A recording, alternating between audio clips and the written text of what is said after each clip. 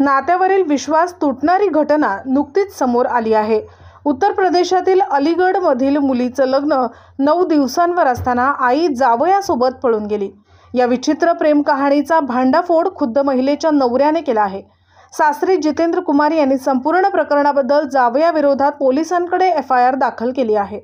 बायको आणि जावयाच्या प्रेम कहाणीची सगळी आपबीती सासऱ्याने पोलिसांना सांगितली।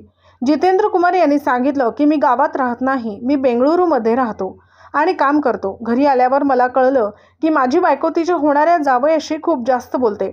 मलाही त्यांच्या नात्याबद्दल शंका होती, कारण भावी जावई मुलीपेक्षा पत्नीशी जास्त बोलायचा। घरातून पळून जाताना तिने 3.5 लाख रोख रुपये आणि सुमारे 5 लाख रुपयांचे दागिने पळवून नेले।